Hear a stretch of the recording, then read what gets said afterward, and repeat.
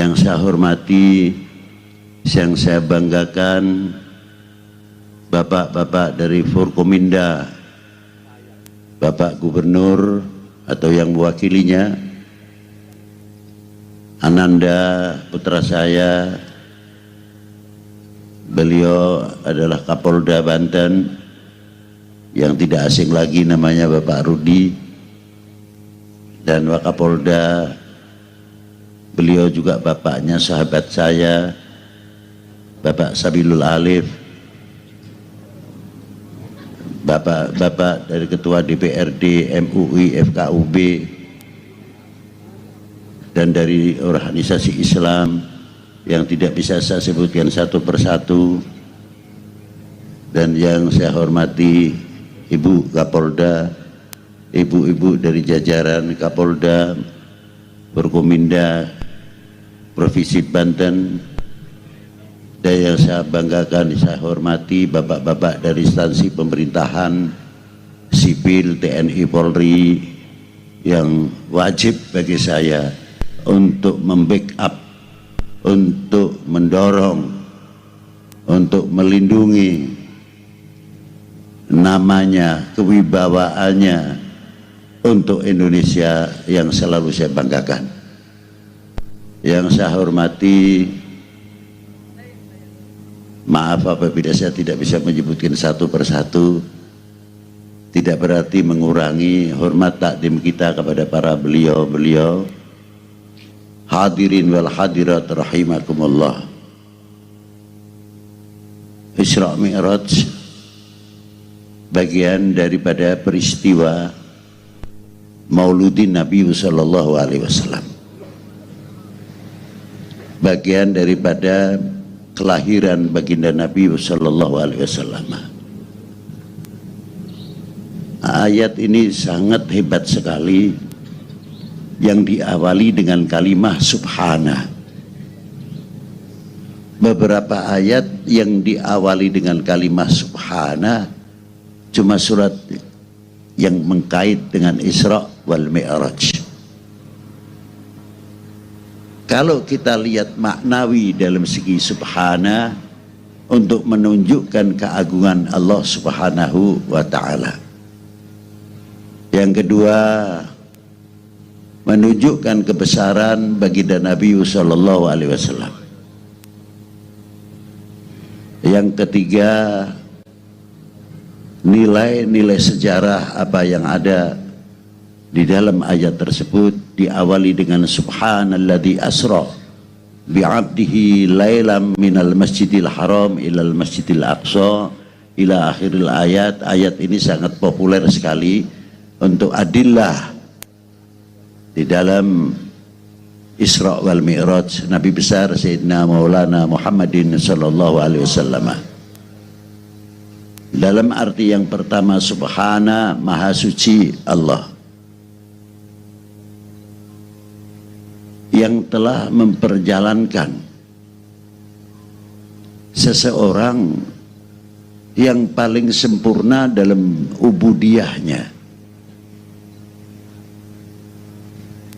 Di antaranya hadis-hadis yang mencakup tentang kebesaran Rasulullah Shallallahu Alaihi Wasallam, sekalipun di antara beberapa hadis ada yang dhaiful isnad tapi tidak dhaiful matan. Satu contoh, ketika sahabat Umar ditanya, "Atadri man ana ya Umar?" Ketahuilah siapa aku ini. Maka dijawab oleh sahabat Umar, "Allah wa rasulihi a'lam." Lalu Rasulullah meneruskan, "Ketahuilah ya Umar, sesungguhnya Allah Ta'ala sebelum menciptakan sesuatu apapun, pertama-tama menciptakan nurku. Dan nurku sujud keharibaan Allah Subhanahu wa Ta'ala selama 700 tahun. Ini 700 tahun alam yang berbeda. Artinya pada waktu itu Allah Ta'ala belum menciptakan matahari dan bulan. Kayak seperti ayat huwallazi khalaqas samawati wal ardi fi sittati ayyam istawa 'alal 'arsy. Huwallazi khalaqas samawati wal ardi fi sittati ayyam. Kok sudah disebut sittati ayyam, apakah Allah Ta'ala menciptakan matahari dahulu dan bulan? Belum. Mungkin kalau diterangkan di sini mungkin akan kaget. Mahwal makna sittatu ayyam ay sittatu darajat, dan selingkurnya muter atas, bawah, barat, timur, utara, selatan. Sittati ayyam idza arada syai'an ayyaqula lahu kun fayakun, jadilah. Tafsir maknanya luas itu. Maka sahabat baginda Nabi bertanya lagi kepada sahabat, ya Umar, atadri man ana? Dijawab lagi oleh sahabat Umar, Allah wa rasulihi a'lam. Ketahuilah ya Umar, setiap Allah Ta'ala menciptakan sesuatu, mengambil dari nurku, dan nurku sujud selama 700 tahun. Siapa yang diciptakan dari nurku? Rasulullah menerangkan, wal kursi min nuri, kursi dari nurku, wal arsy min nuri, dari cahayaku, wal jannah min nuri, wasyamsya wal qamari wan nujum min nuri, wa khalaqal nurul ma'rifah fi qulubil mu'minin min nuri wala fakhr. Dan Allah Ta'ala menciptakan nur ma'rifah yang dimasukkan setiap lubuk mukmin adalah dari nurku, dan nurku sujud kehadiran Allah selama 700 tahun. Untuk kita mukmin harus mengucapkan alhamdulillah. Luar biasa. Ini sahih dhaif lisnad saja, tapi haditsnya sahih. Sanadnya kalimatannya bagus. Hadits yang kedua, Allah Ta'ala memerintahkan Sayyidina Jibril turun ke baginda Rasulullah Sallallahu Alaihi Wasallam, menyampaikan salamnya Allah Subhanahu Wa Ta'ala, dan Allah Subhanahu Wa Ta'ala bersabda, in akhadtu Ibrahima khalilan faqad akhadtuka habiba. Bila mana aku mengangkat Ibrahim kekasihku, aku mengangkatmu ya Muhammad di atas segala kekasihku. Al khalil, khalilun maknanya kekasih, wal habib maknanya kekasih. Beda tempatnya ma bainal khalil wal habib. Habib lebih tinggi daripada pangkat khalil. Wa khalaqtu dunya wa ahlaha wa ma khalaqtu khalqa akram alayya minka. Aku tidak menciptakan makhlukku, hambaku satupun yang melebihi kemuliaanmu. Wa khalaqtu dunya wa ahlaha, dan aku menciptakan alam semesta ini li'u'arrifahum karamataka wa manzilataka indi. Aku menciptakan alam semesta ini untuk memberitahu penghuni alam semesta kemuliaanmu dan kedudukanmu di hari manzilati, di ngarsa dalam Allah Subhanahu wa Ta'ala. Dibuktikan hadis ini ketika Isra wal Mi'raj, Nabi besar Sayyidina Muhammad sallallahu alaihi wasallam, orang yang tidak pernah dipanggil. Hebatnya apa? Allah Ta'ala menghormati atas ciptaannya. Di mana buktinya? Allah Ta'ala memanggil kepada para nabi yang pendahulu, ya Musa wa ya Isa wa ya Ibrahim wa Yunus dan lain sebagainya. Tapi Allah Ta'ala memanggil kepada baginda Nabi Sallallahu Alaihi Wasallam mengandung suatu pendidikan yang luar biasa. Sampai Allah Ta'ala belum berfirman, la taj'al du'a ar-rasul bainakum Kadu'ai ba'dukum ba'da. Jangan kamu memanggil kekasihku ini sebagaimana kalian memanggil sesamamu. Allah Ta'ala memulai memberikan contoh memanggil baginda Nabi. Yasin, ya ayuhan Nabi, ya ayuhan Rasul, ya Mudaththir, ya Muzammil. Tidak mengatakan ya Ahmad atau ya Muhammad. Kalau kita pikir dengan akal sehat, sehingga urip anu ngadamel hirup nimbalan kekasihna henteu sembarangan asal Muhammad Ahmad. Ayeuna kuwang usul ke abdi pangkatna sim kuring teh naon? Nimbalan ke jeung Rasul Muhammad Ahmad. Era atuh, malu rasanya. Maaf campur bahasa Inggris, Pak. Itulah diantaranya. Ternyata dalam panggilan ini mempunyai kandungan-kandungan yang luar biasa. Pendidikan yang luar biasa. Pendidikan yang pertama adalah umat kepada Rasulnya, umat kepada Nabinya. Yang kedua, kita terhadap para ulama, para pewaris Nabi. Yang ketiga, antar sesama kita. Al-mu'min akhul mu'min, al-muslim akhul muslim. Ternyata panggilan itu mengandung kewibawaan yang luar biasa. Contoh, anak saya sekolah di Badrosa. Gurunya lebih muda daripada saya, jauh dibanding umurnya. Betul. Tapi karena saya menjadi seorang sesepuh yang tidak bisa menjadi suri toladan, memanggil gurunya mudah. Umpamanya namanya Fulan, Fulan mau kemana, pada kemana. Padahal anak saya belajar kepada dia. Apakah itu akan membuat satu contoh yang baik? Anak kita mempunyai ikhtiram, mengerti memuliakan kepada gurunya, bagaimana khidmahnya kepada gurunya. Seseorang santri alim seperti apa sundul langit, apabila dia mengurangi khidmahnya kepada kedua orang tua, khidmahnya kepada gurunya, yang mengenalkan dirinya, kenal kepada Allah Subhanahu wa Ta'ala, kenal kepada Al-Quran, kenal kepada sunnatun Nabi SAW, bisa membedakan mana yang hak dan mana yang batil, bisa membedakan akhlakul karimah, akhlak yang tidak terpuji, mengerti kita taat kepada yang wajib kita taati. Apa kita tahu kebandian baginda Nabi SAW langsung? Tidak. Kalau tidak melalui para ulama, para aulia, dari mana? Bagaimana perjuangan para kiai-kiai mengenalkan, mencintai kepada para ulama,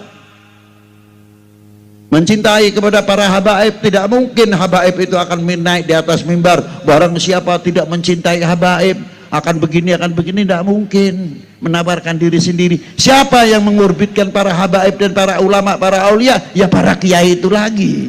Itu jasanya yang luar biasa. Kita tidak boleh nyepelekan para ajengan, para kiai. Beliau itu yang mimpin, yang mengenalkan ahlul baitin Nabi sallallahu alaihi wasallam. Mestinya kita panggil nak ustaz kalau itu sifatnya anak. Kalau kedudukannya Ustadz, kita coba panggil lagi Pak Ustadz. Anak akan melihat, bapak saya saja lebih tua, panggil Ustadzku Pak. Nah, anak ini akan tidak main-main kepada gurunya, karena orang tuanya sangat menghargai pada gurunya. Wibawanya naik.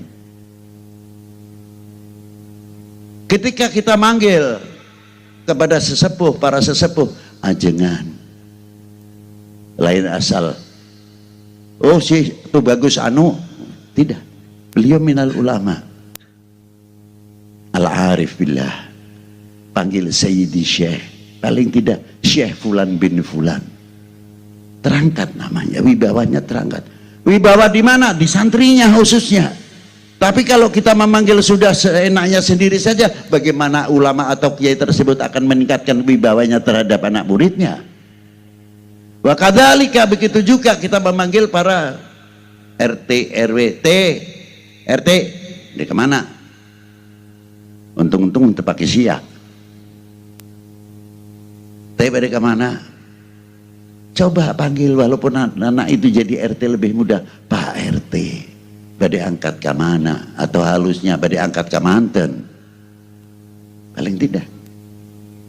Orang lingkup atau dalam lingkup desanya akan mengatakan, itu begitu tokoh hebatnya karena RT-nya ngerti ngahormatan. Kumaha si Mabdi Sadayana. Ini orang besar saja menghargai RT RW-nya. Terangkat apabila RT RW-nya atau petugas keamanan kita mengangkat, pasti insya Allah akan mengurangi tindakan-tindakan yang tidak terpuji. Karena apa? Masih ada besar ditakuti RT RW-nya, apalagi terhadap polisi, apalagi terhadap TNI, apalagi terhadap para ulama. Luar biasa panggilan. Kita tarik kepada baginda Nabi sallallahu alaihi wasallam. Kita selaku umatnya. Muhammad berkata, Muhammad siapa Muhammad? Kata Muhammad, Muhammad siapa? Coba kita angkat. Jangankan nama Nabi sallallahu alaihi wasallam terlalu tinggi. Bapak presiden kita, bapak bupati kita, bapak gubernur kita, bapak kapolda, pangdam dan lain sebagainya. Yang terhormat bapak pangdam, yang terhormat bapak kapolda. Lebih-lebih kita tertarik bapak presiden Jokowi.